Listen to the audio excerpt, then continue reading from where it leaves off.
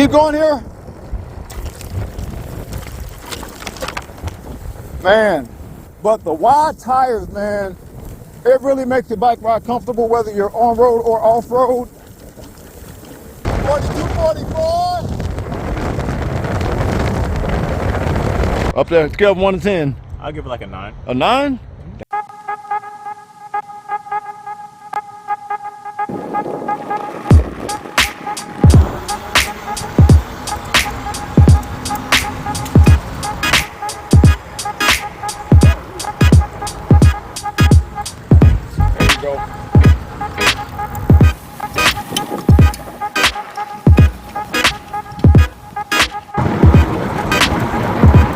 What's up, y'all? So we received an electric bike, a long-range electric bike that has the largest battery I think we've ever reviewed on this channel. This bike had a 60-volt, 70 amp-hour battery, advertised to go 180 miles a charge. So definitely heavy on the long range with this bike. This bike also has a 4,000 watt peak motor, advertised to go 44 miles an hour. So we're talking about range, we're talking about speed. This is a powerful long range bike so far, right? So this bike is the Wallke, I think it's called Ravager 60 volt. And you can get this in a step through version or a step over version. Looks like we have the step through version. This bike weighs like 142 pounds. But the maximum weight of the rider, but they say the maximum weight of the rider can be anywhere from 400 to 500 pounds. You ain't carrying this up the stairs, man. You ain't carrying it up the stairs, yeah. Leave it outside, put a cover over it, I guess. But this bike does have a 5-inch wide tire. I've only reviewed a few e-bikes that have 5-inch wide tires. Most bikes have 4-inch wide tires. That extra inch of tire makes for a whole nother type of bike ride. It's very, very comfortable, whether you're on road or off road. Makes the bike feel light even if it's heavy. It just adds so much more to your electric bike ride to have that extra inch of width on your wheel. To purchase this e-bike, feel free to use my link and my code in the description below to get a discount. So what we're gonna do, me and my brother and fellow e-bike connoisseur Tayo, is unbox this, put the bike together, and see if this is the best long-range e-bike that we reviewed on this channel. And I am still doing an e-bike giveaway. You want to be included in the giveaway, you have to be subscribed to the channel, you have to live in the US, and comment below on what type of e-bike you want. A long-range e-bike like this one, a folding bike, more of the full suspension, full-size e-bike. Comment below what type of e-bike you want. When I get to 40,000, I'm giving one of y'all an e-bike. Tayo said that the other box is a sidecar, so you can ride with a passenger.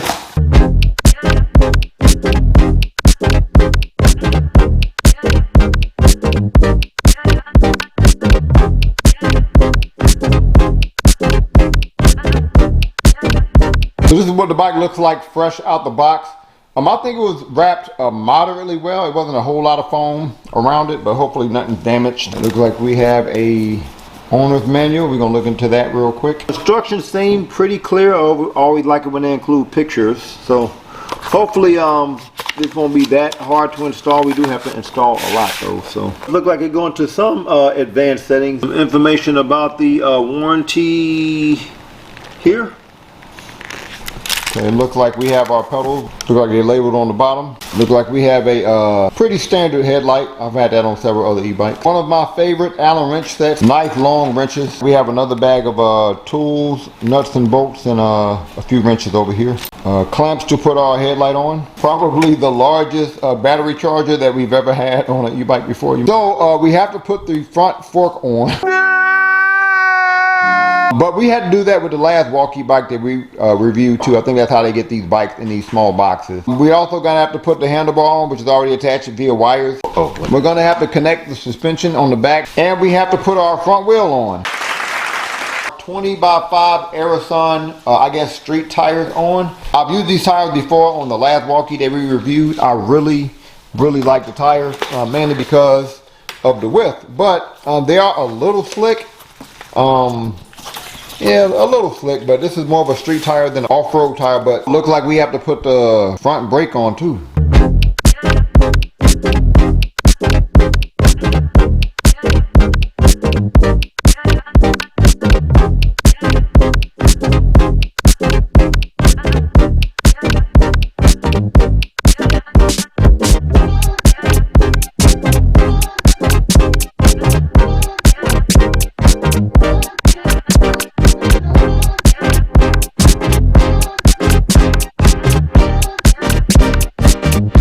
Make sure that this, I guess headset is what you call it, make sure that is tight as possible or your front fork is going to shift, okay?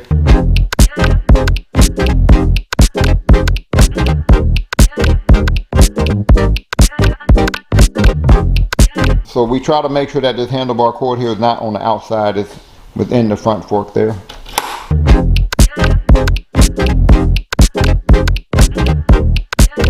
The screw like this with a flat head, screw that in place there. Luckily I had the screw already, but I didn't see the screw in the box, so.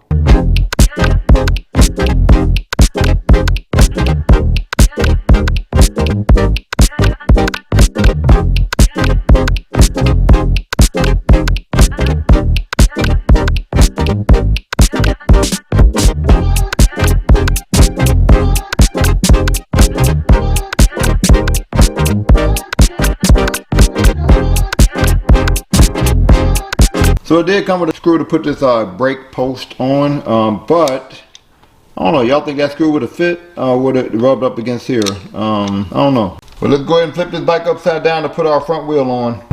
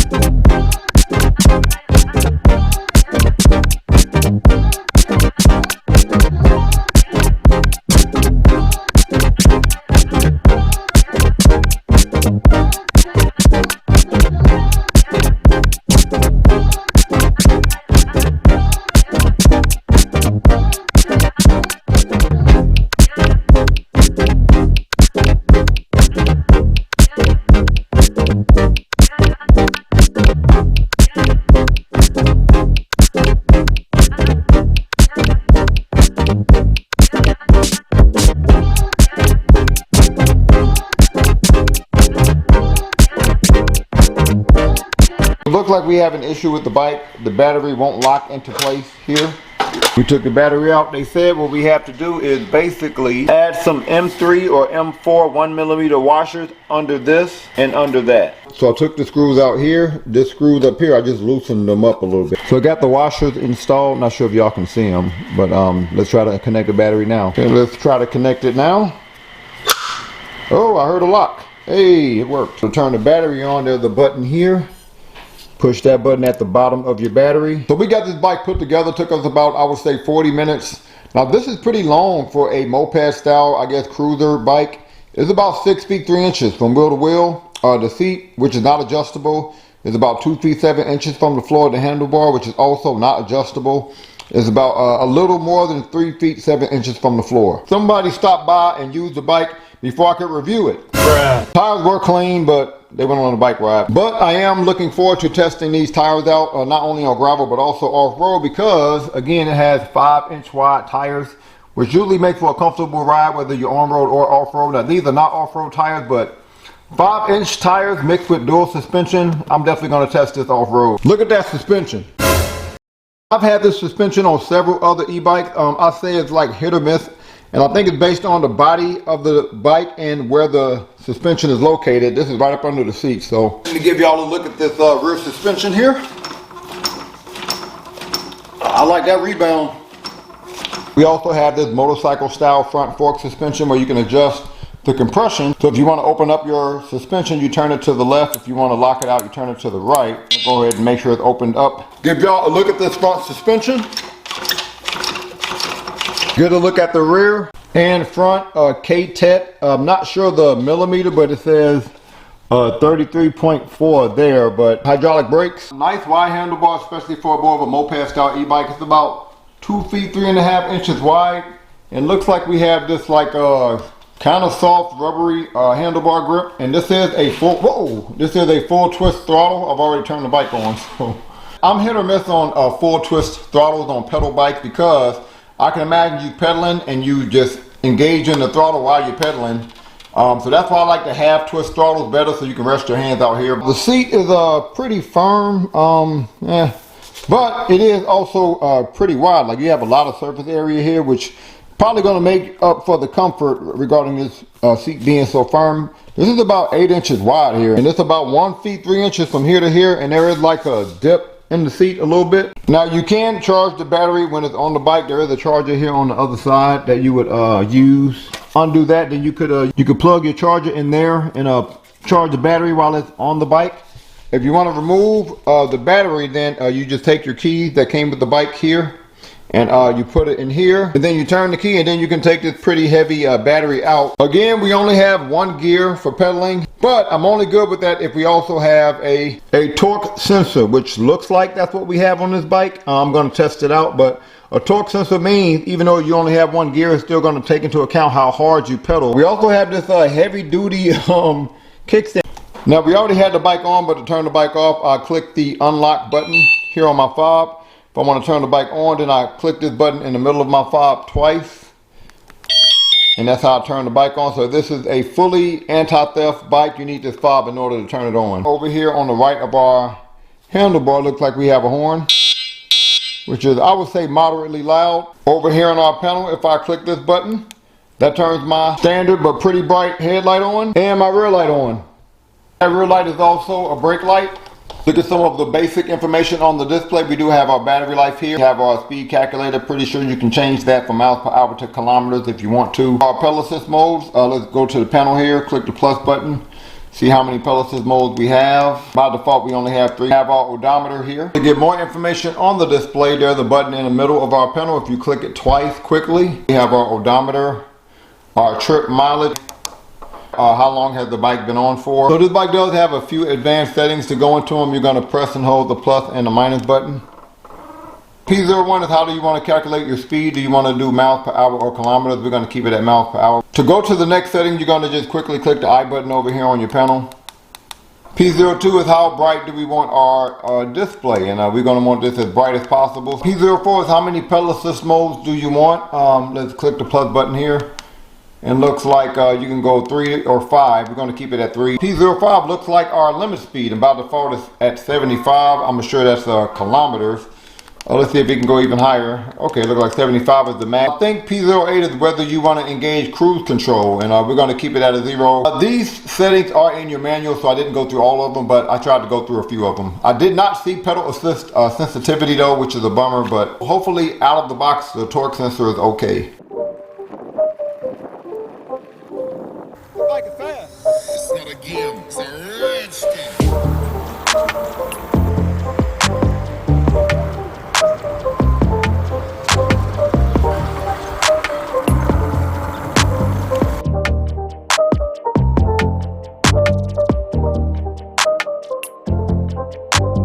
All right, man. How tall are you? 6'1", How much do you weigh? 230. What you think of the suspension? It's pretty smooth. It balances out. It's not too rough, and yeah, it's pretty nice ride. Up there, scale of 1 to 10. I'll give it like a 9. A 9?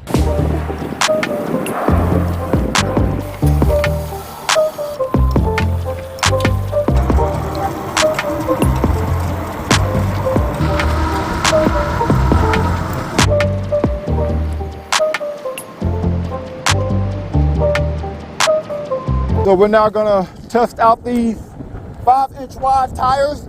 They're not all terrain, but we're gonna go through some gravel anyway.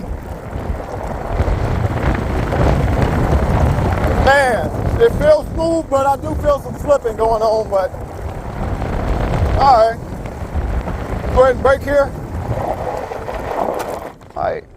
Definitely some slipping going on, but that's to be expected. So although this bike is low to the floor and it has a nice wide handlebar, usually that would mean I'm comfortable leaning on this bike, but the only reason I'm kind of 50-50 on leaning is because of two things. Number one, the pedals are kind of close to the floor. So if I was to lean, I have to keep the pedal arms parallel like this, and then I feel comfortable leaning.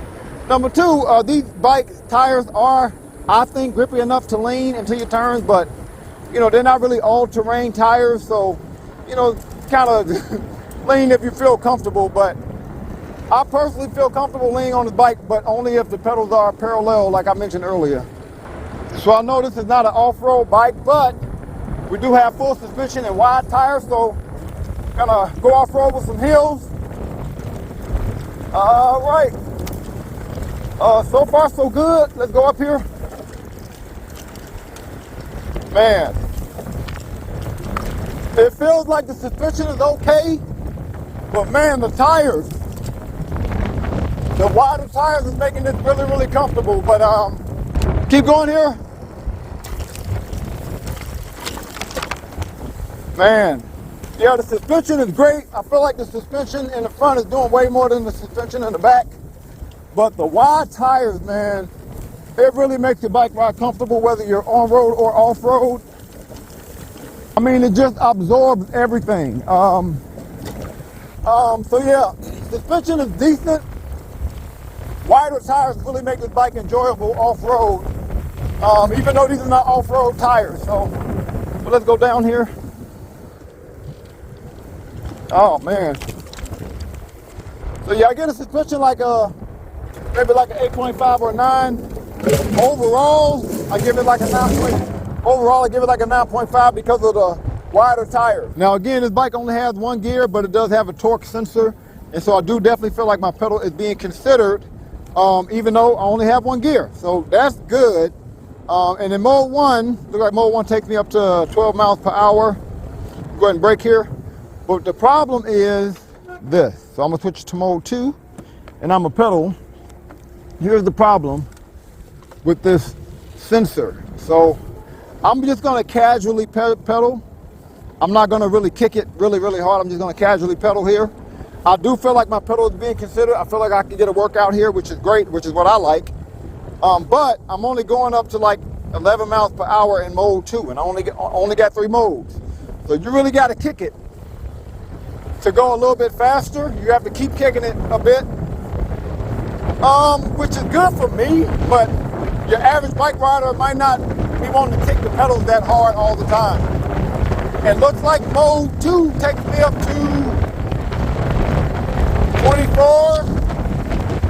24 miles per hour. Go ahead and brake here. Oh, great brakes though. Whew.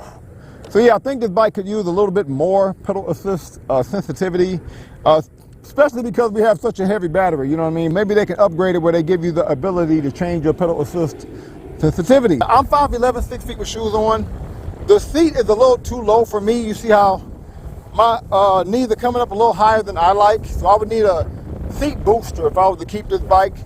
But if you're shorter than me or my height, because it's a step through, you can't easily get on and off the bike. So that's kind of cool. Now this bike is also pretty comfortable. A lot of that is because of the wheels though, the wider wheels, but also because you have a really wide seat with a lot of surface area. That adds comfort too. Not so comfortable where I feel like I can go without my hands on the handlebar, but yeah, no, and nah. But a lot of that is because of the dimensions and my height. You know, I can't really go without my hands on the handlebar with my knees coming up this high, but pretty comfortable bike nonetheless. So I'm not gonna go max speed. Throttle only. See how fast we go here?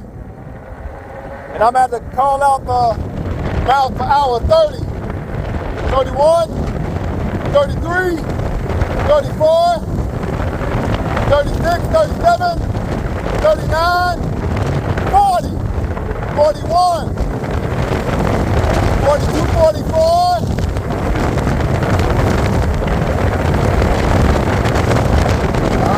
Wow. Alright, looks like it maxed out at 44 miles per hour. So yeah, that makes this one of the fastest e-bikes that I've reviewed on this channel. While I am in the street, I think this is a great bike for the streets because it has some size to it because of that battery. So I think cars are gonna respect you like you're on a full-blown moped. So great bike for the streets, plus you have the full suspension, all the bells and whistles, headlight, rear light, a horn. 50-50 on whether I would use this in urban areas because of the size. But this bike is, I think, compact enough to be in urban areas. You can hit some pretty sharp turns even though it's a rather large bike. Let's try to hit this sharp turn here. So yeah, even though you got a motorcycle style front fork, you can hit some pretty sharp turns. So I don't know. I think I'm 50-50 on whether I could use this in a urban area. It is compact enough, I think, to do so, but it's also very heavy. But it's also a step through, so I can get on and off the bike pretty well if I need to get off the bike to move it around something. So I don't know. So we're not gonna go max speed pedal assist. Again, I have to really kick this thing to get it going. Let me make sure I'm recording here. All right. Well, let's see how fast we can go in pedal assist. Max speed pedal assist.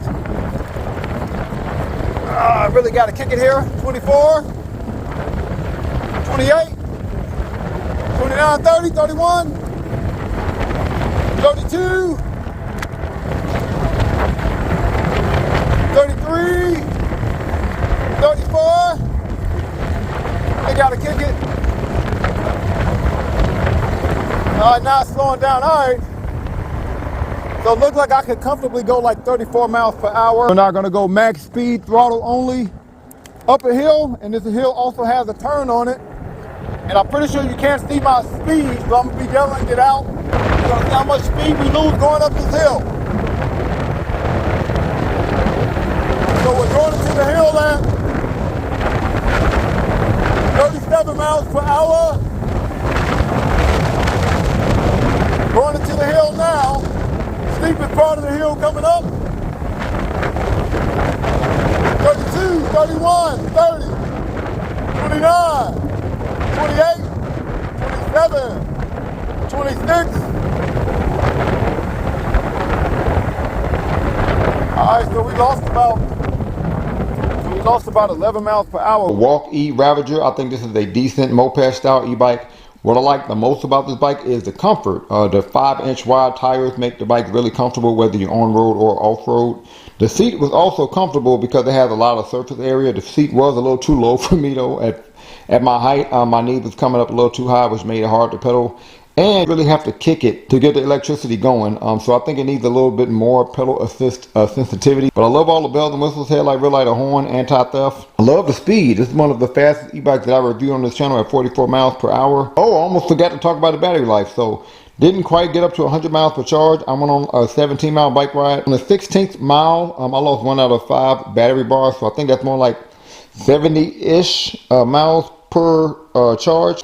So yeah, this bike is almost perfect. Give me some pedal assist sensitivity, and you know, I might can deal with the rest. So on a scale from 1 to 10, I get this bike an 8.5. So comment below, would you get this bike on a scale from 1 to 10? Any other e-bike you want me to review, also comment below. Thank y'all for watching. Peace.